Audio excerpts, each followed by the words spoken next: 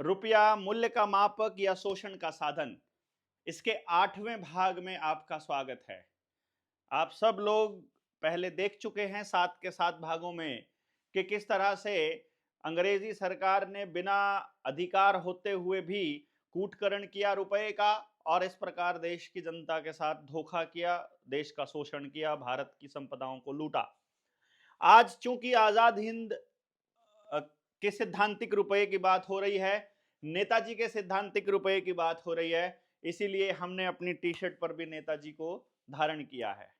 आपने देखा है कि किस तरह से उसी वक्त ये जो 3 योद्धा हैं जो आपको मेरी कमर पे नजर आ रहे होंगे, भगत सिंह, राजगुरु, सुखदेव, जिनकी प्रतिमा का हम लोगों ने 23 मार्च 2025 को समालखा में स्थापना की थी, जिसकी स्थापना मूर्ति की, वही लोग इस सरकार के इन षड्यंत्र को समझते थे।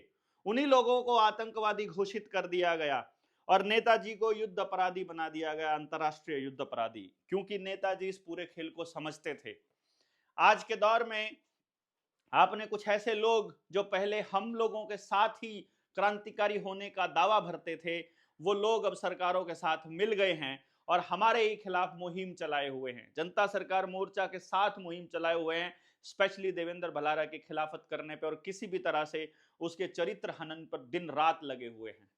आपको यह समझना होगा कि बिल्कुल वही दौर आ रहा है। 7वें भाग में हमने जैसे बताया था कि देश के अंदर अस्थिरता लाई जा रही है, राजनीतिक अस्थिरता भी लाई जा रही है, आर्थिक असमानता की खाई भी बढ़ती जा रही है।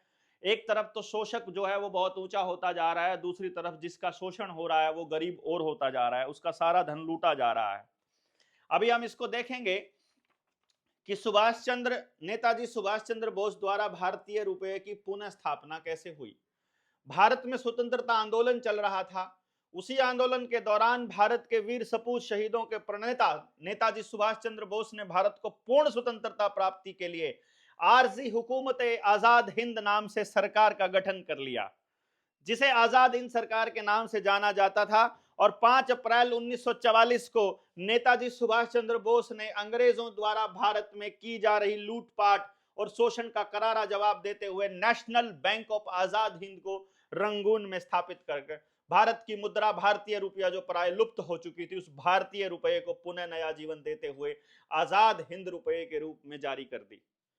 कुछ ही दिनों में पूरी दुनिया में जो रुपया छा गया, यह आजाद हिंद का रुपया कमर्शियल ऑर्गेनाइजेशन मुद्रा थी, यह स्टेट मुद्रा नहीं थी। और बर्मा की विधि द्वारा, बर्मा के कानून द्वारा, वर्मा नहीं बर्मा जो म्यांमार जिसे हम कहते हैं, उसकी विधि उसके कानून द्वारा रजिस्टर्ड थी और उस रुपये का मानक मूल्य और सैद्धांतिक और स्थिरांक था, जिसका परिणाम यह हुआ कि 8 स्वतंत्र राष्ट्रों ने इस आजाद हिंद रुपये को मान्यता दे दी। और नेताजी सुभाष चंद्र बोस ने अपने प्रिंसिपल में लिखा कि determination not to borrow loans as it may destroy the country. इसका जो प्रिंसिपल था वो यही था कि हमें लोन नहीं लेना है क्योंकि ये देश को बर्बाद कर देगा। इस आजाद हिंद रुपये में गवर्नमेंट रुपये को जड़ से उखाड़ने की क्षमता थी। आजाद हिंद बैंक तीव्र गति से बढ़ने लगा और भारतीयों ने इस बैंक का भरपूर समर्थन भी किया और कुछ ही दिनों में भारत की जनता ने इसकी तिजोरी सोने से भर दी, क्योंकि रुपये की बैकिंग सोने से होती है। वहां अगर आपके पास रुपया है तो सोना होगा। इस आजाद हिंद बैंक लिमिटेड को नेताजी सुभाष चंद्र बोस ने दिया।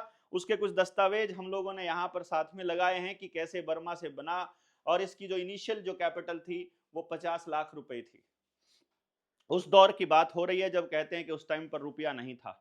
इसके अंदर बोर्ड ऑफ डायरेक्टर्स में नाम लिखे गए हैं S.A. अय्यर और दीनानाथ। डायरेक्टर जो इसके चेयरमैन थे S.A. अय्यर और जो इसके डायरेक्टर थे वो दीनानाथ थे, और मैनेजिंग जो सेक्रेटरीट थे वो D.N. भंडारी थे, D.N. बधूरी। इसकी क्या क्या चीजें थी, इसकी ब्रांचेज कहाँ थी और क्या इसके सीन थे पूरे के पूरे, इसके अंदर किताब की इस वाले पार्ट में हमने दिए हुए हैं बोर्ड ऑफ डायरेक्टर्स के हिसाब से। वैध सरकार अर्जी हुकूमत आजाद हिंद की वैध रुपया आज भी बंद नहीं है। ये बात आपको इसलिए बताई जा रही है, कुछ लोग ये कहते हैं कि अगर हमने ये रुपया जो अंग्रेजी हुकूमत का रुपया है, जो ब्रिटिश रुपया है, जो आपकी जेब में पड़े हुए ये नोट हैं, यदि आपने ये नोट लेने बंद कर दिए तो काम कैसे चलेगा। ये रुपया मूल्य का मापक है दोस्तों। यदि आप एक दूसरे पर भरोसा करते हो तो आपका कहा हुआ ही रुपया है। बैंक का दूसरा नाम, बैंक की यदि आप देखेंगे, उसकी हिंदी अगर आप देखेंगे, डेफिनेशन में जाएंगे, अंग्रेजी की हिंदी जब आप करते हैं तो बैंक का एक अर्थ मिलता है किनारा, जो नदी का किनारा, और बैंक का दूसरा नाम मिलता है विश्वास। सारे बैंक और सारी मुद्राएं केवल विश्वास पर चलती हैं। आपका विश्वास नहीं जिस मुद्रा पर रहेगा, आप उसका इस्तेमाल बंद कर सकते हैं, और जिस पर विश्वास हो आप खाली कागज पर लिख कर दे दें, वहीं से चल जाएगा। नेताजी सुभाष चंद्र बोस जिस कागज पर साइन कर देते थे वही रुपया बन जाता था। वो नैतिकता यदि आपके अंदर बची है, वो अगर बेस आपका बचा है, यदि वो उसका मानक आपके पास बचा है, तो फिर कोई जरूरत नहीं है हमें किसी विदेशी मुद्रा को अपनाने की। और ये इसलिए बताया जा रहा है कि ये रुपया आज भी बंद नहीं हुआ है। जो हमारी वैध सरकार है, जो हमारी लीगल सरकार है, आरजी हुकूमत आजाद हिंद, उसका रुपया जो आजाद हिंद रुपया है वो अभी चल रहा है। इधर अंग्रेजी हुकूमत में खलबली मच गई, जिसका मुख्य कारण था विधि द्वारा स्थापित संप्रभुता संपन्न आजाद हिंद सरकार, जो विधि द्वारा स्थापित स्वतंत्र सरकार के मानकों को पूरा करने के पश्चात आजाद हिंद सरकार का गठन किया गया। किसी भी राष्ट्रीय सरकार के गठन में मुख्य मानक क्या है?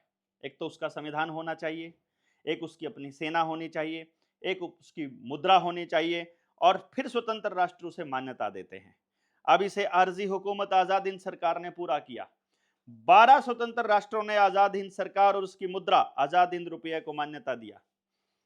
आरजी हुकूमत आजाद हिंद अस्थायी भारत सरकार, जिसके प्रधानमंत्री नेताजी सुभाष चंद्र बोस थे, आजाद हिंद रुपये पर इनकी तस्वीर लगी रहती थी। इस रुपये का मानक स्थिरांक भी था और सैद्धांतिक भी था। इन्होंने अंग्रेजों द्वारा जारी भारत की मुद्रा रुपये का कूटकरण बनाया गया भारतीय गुलामों के रुपये, ईस्ट इंडिया कंपनी के रुपये और गवर्नमेंट रुपये, जो भारतीयों को खून चूस रहा था और भारतीय जनता को गरीबी भुखमरी तक पहुंचा दिया था। नेताजी ने भारतीय सैद्धांतिक मानक का रुपया पुनः स्थापित किया।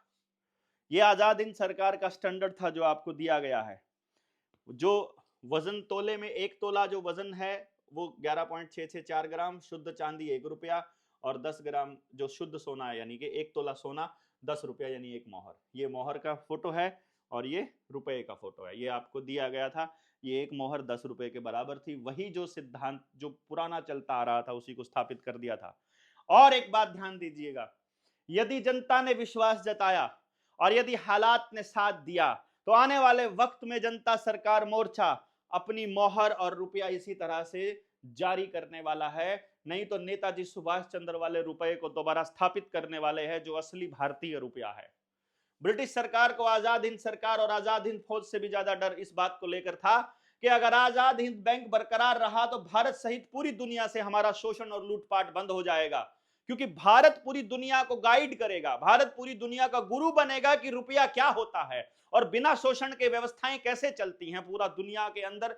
बिना शोषण की व्यवस्था को चलाने का जो अध्याय है वो भारत शुरू कर सकता है। एग्जाम्पल भारत के पास पहले से मौजूद है। उदाहरण इस तरह से है कि हमारी सभ्यता और संस्कृति में ये मूल में है कि कोई किसी का शोषण ना कर पाए, क्योंकि हमने मानक तय किए हुए हैं।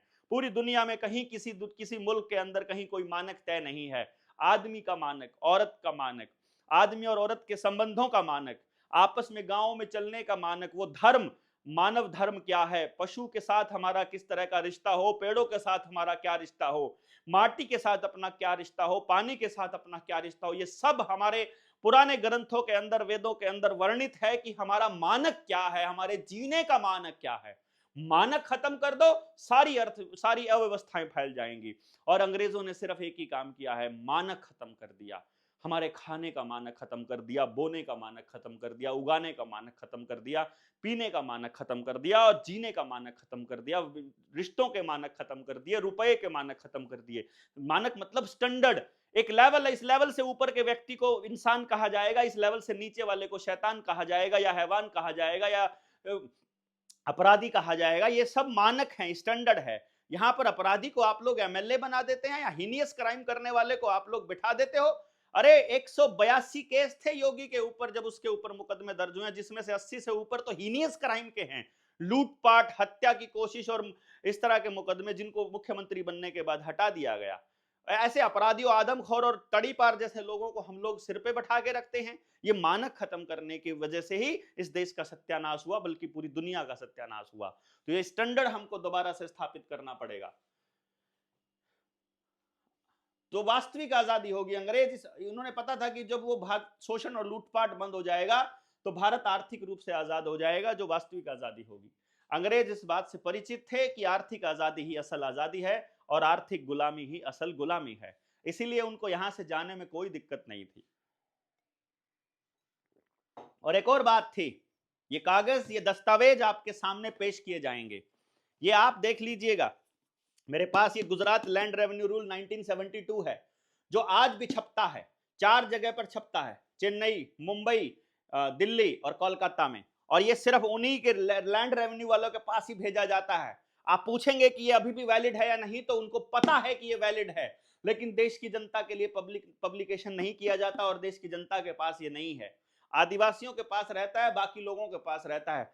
इसका अगर आप जाएंगे पेज नंबर 396 पर 24 नंबर कॉलम यदि आप खोलकर देखते हैं, इसके अंदर स्पेशल रूप के अंदर लिखा हुआ है कि इन अंग्रेजों को यहां पर जो ये व्यापार करने की, जो शहर बसाने की और शहरों को मतलब गांव से अलग रखने की और ये पारिवारिक व्यापारिक गतिविधियां जारी करने की परमिशन मिली थी मात्र 99 साल के लिए। और वो 99 साल ये 24 नंबर में गया कि हर हाल में उनको 1969 तक इस देश से गायब हो जाना है।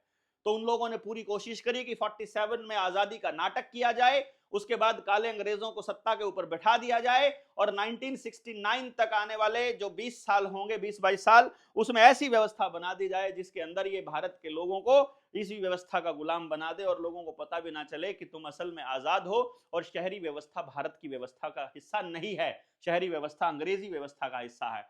भारत की संस्कृति के अंदर व्यापार नहीं है। हम लोग किसी भी कार्य को व्यापार में नहीं लेते, इसलिए हम लोग लेन देन इस तरह से रखते हैं जैसे पारिवारिक हो। पूरी दुनिया को परिवार मानने वाला भारत जब किसी को कुछ देता है तो बदले में लेने की उम्मीद नहीं रखता है, क्योंकि वो व्यापारिक रिश्ता नहीं रखता है। इसीलिए गांव आजाद थे, क्योंकि वो व्यापार नहीं करते थे किसी भी चीज का। इन्होंने हर चीज के अंदर व्यापार डाल दिया। और अब तो ये पेस्टिसाइड, यूरिया, डीएपी की सब्सिडी जब दे रहे हैं और उसके बाद किसान को एमएसपी के नाम पर पैसा, हमको इतना पैसा चाहिए, हमको इतना पैसा चाहिए, उसको व्यापार की श्रेणी में लेकर के आ रहे हैं। और ये खेती के 3 कानून इसी का षड्यंत्र है और किसानों को इस बात का पता भी नहीं है। हम लोग करेंगे इसके ऊपर बहुत बहुत लंबी चर्चा और बड़ा लंबा खेल, इसको पूरा जानेंगे किस तरह से ये बनी। ये पूरा चला। अब इसके अंदर आजाद हिंद सरकार द्वारा अपनी मुद्रा चलन में लाने से इसकी इतनी ताकत बढ़ गई कि ब्रिटिश साम्राज्यवाद को चुनौती देते हुए नेताजी सुभाष चंद्र बोस ने तुम मुझे खून दो मैं तुम्हें आजादी दूंगा और दिल्ली चलो का नारा देते हुए मित्र देशों के सहयोग से अंग्रेजों से भीषण युद्ध किया, जिसमें अंग्रेजों की कमर तोड़ डाली। इस युद्ध में भारत के लाखों शहीदों ने अपनी जान की कुर्बानी दी। लगभग 10,000 आजाद हिंद सैनिकों को बंदी बना करके अंग्रेजों ने दिल्ली के लाल किले में रखा और उन पर खुलेआम मुकदमा चलाकर अंग्रेजों में फांसी देने की योजना थी। इस गाथा को भारत की जनता से छुपाया गया। आपको जानकर बड़ी चिंता होगी कि इन्होंने इतना बड़ा काम किया, नेताजी ने, और उस समय अंग्रेजों ने और भारत के नेताओं ने भारत की जनता को आजाद हिंद सरकार और उसके कार्यों की जानकारी आप तक नहीं पहुंचने दी। ये एक संयोग है कि अंग्रेजों द्वारा आजाद हिंद सैनिकों पर खुलेआम मुकदमा चलाकर फांसी देने की योजना का पता जब भारत की जनता को मालूम पड़ा तो देश की जनता आंदोलित हो गई। और देश की जनता जब आंदोलित हुई तब जाकर अंग्रेजों ने अपनी फांसी देने की योजना टालनी पड़ी और नेताजी की इस दौरान मृत्यु हो गई 1945 में। जो आजाद हिंद सेना के कुछ लोग हैं वो आज भी कहते हैं कि नेताजी जिंदा हैं। भारत स्वाभिमान के कुछ लोग कहते हैं कि नेताजी वापस आएंगे।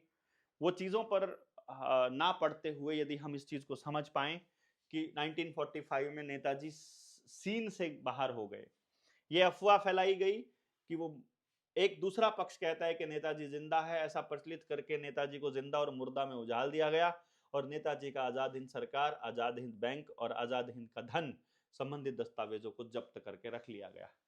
आजाद हिंद सेना का कोई भी दस्तावेज बाहर क्यों नहीं आ पाया?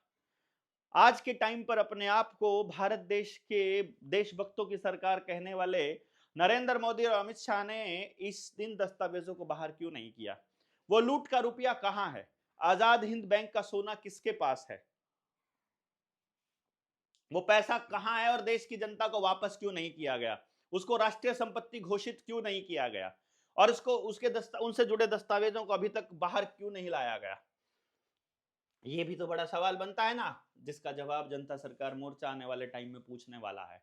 सभी क्रांतिकारियों को जिनको भी इन लोगों ने आतंकवादी घोषित किया है, उनको हम लोग ये लड़ाई लड़ेंगे कि उनको क्रांतिकारी की संज्ञा दी जाए और उनको देश के अंदर लड़ने वाले, स्वतंत्रता संग्राम के अंदर लड़ने वाले स्वाधीनता सेनानी के रूप में जाना जाए, ना कि आतंकवादियों के रूप में, जिस तरह से वहां पर लिखा हुआ है उनके दस्तावेजों में।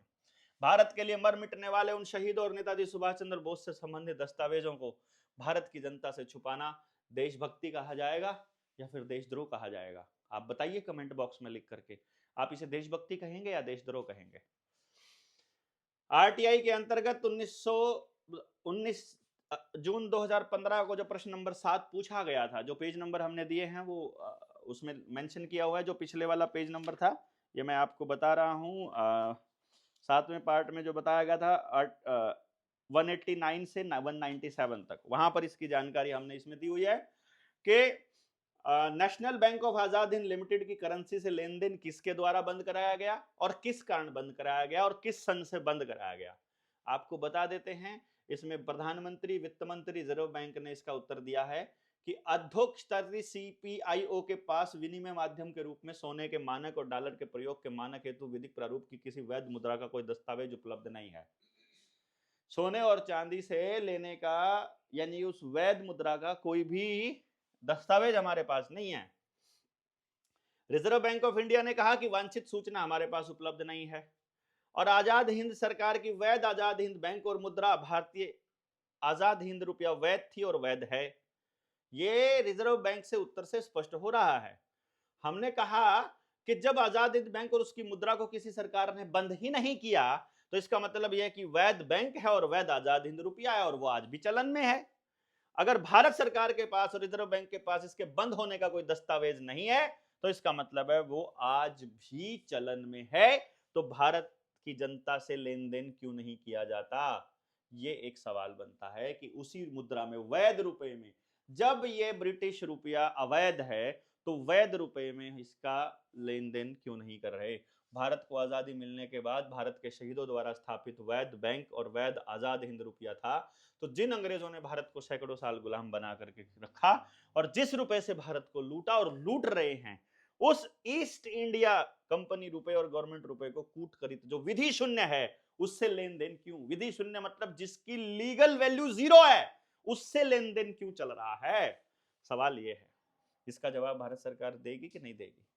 ये भी बड़ा सवाल है ना, कि इस सवाल का जो जवाब है वो हमारी केंद्रीय सरकार देगी कि नहीं देगी। ये देखिएगा, ये हमने कुछ ये इस पेज के ऊपर दिए हुए हैं, जो नेताजी का जो रुपया है उसको छापा गया है।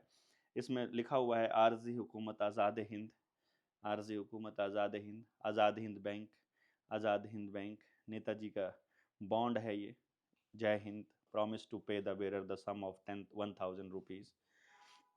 अभी इसके बाद ये एक बड़ा महत्वपूर्ण सवाल आता है जिसके अंदर हम लोग आपको बताएंगे कि किस तरह से मजदूरों के साथ छल कपट किया जा रहा है, जो कि अगला पार्ट इसके अंदर आएगा। यानी पार्ट नंबर 9 जब हम आपको देंगे तो उसमें हम आपको बताएंगे पार्ट नंबर 9 में कि भाई साहब, जब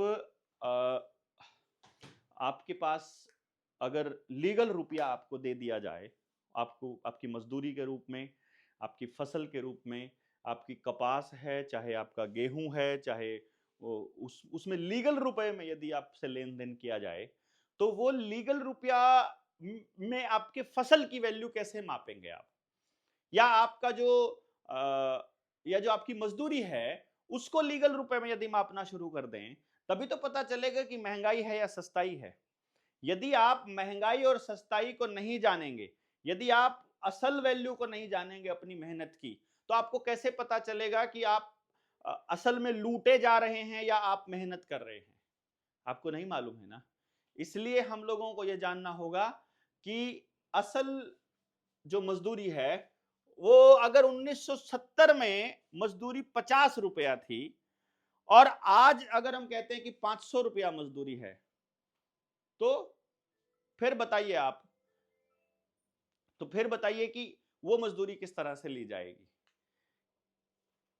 और उसकी उसकी गणना कैसे की जाएगी। इसलिए हम वैध रुपए में देखेंगे कि वैध रुपए में जब मजदूरी का कंपैरिजन किया जाए, आपकी फसल का कंपैरिजन किया जाए, तो आपको देखना होगा कि आज सस्ताई है या महंगाई है, आपको लूटा जा रहा है या आपको अभी पोषित किया जा रहा है या शोषित किया जा रहा है।